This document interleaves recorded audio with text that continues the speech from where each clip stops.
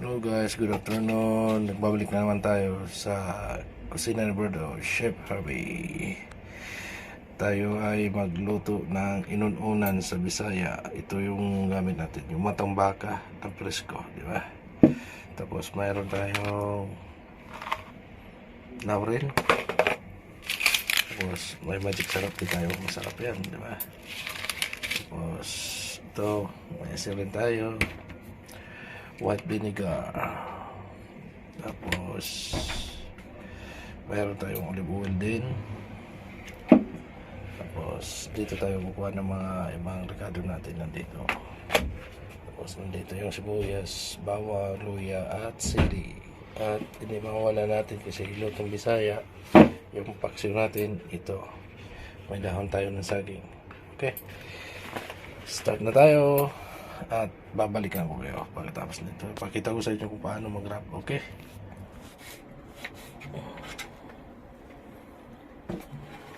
Lagyan natin yung bawang.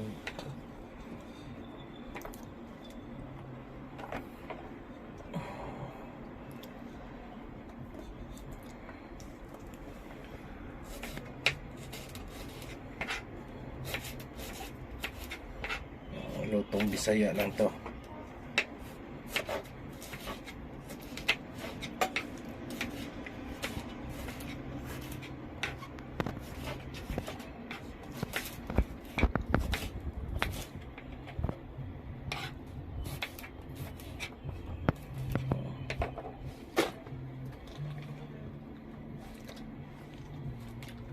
Hello guys, ito na yung nakikita natin. Yan yung paglagay kung paano balutin yung isla natin matambaka. Ganyan lang yun.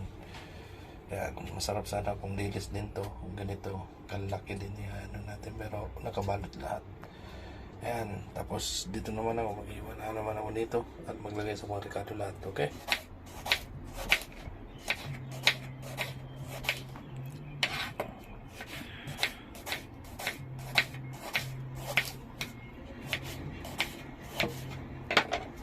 Tapos lagayan.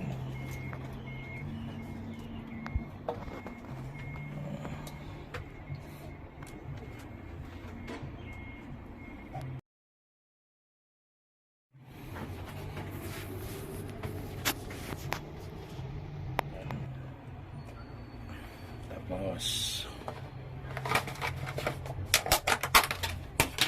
laurel. Lagyan na natin yan.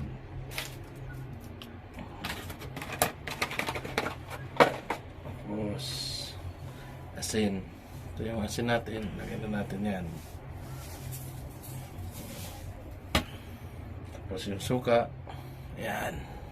Lagyan na natin yan. Sama-sama na natin yan. Hindi na tayo maglagay ng tubig.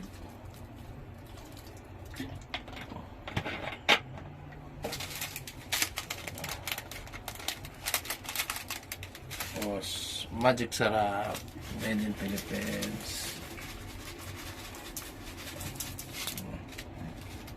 Dahil okay na yan. At ito yung huli natin ay ang olive oil. Yan.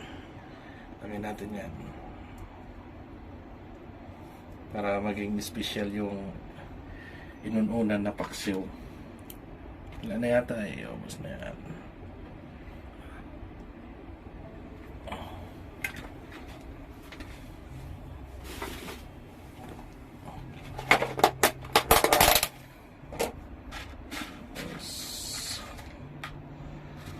Kunting ba ano natin, lagyan natin paminta to.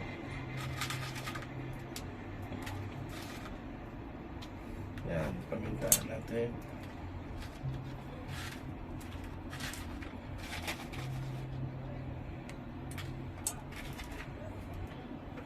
Okay. Ayan na guys, ito na yung natapos namin na paksiw na inununan.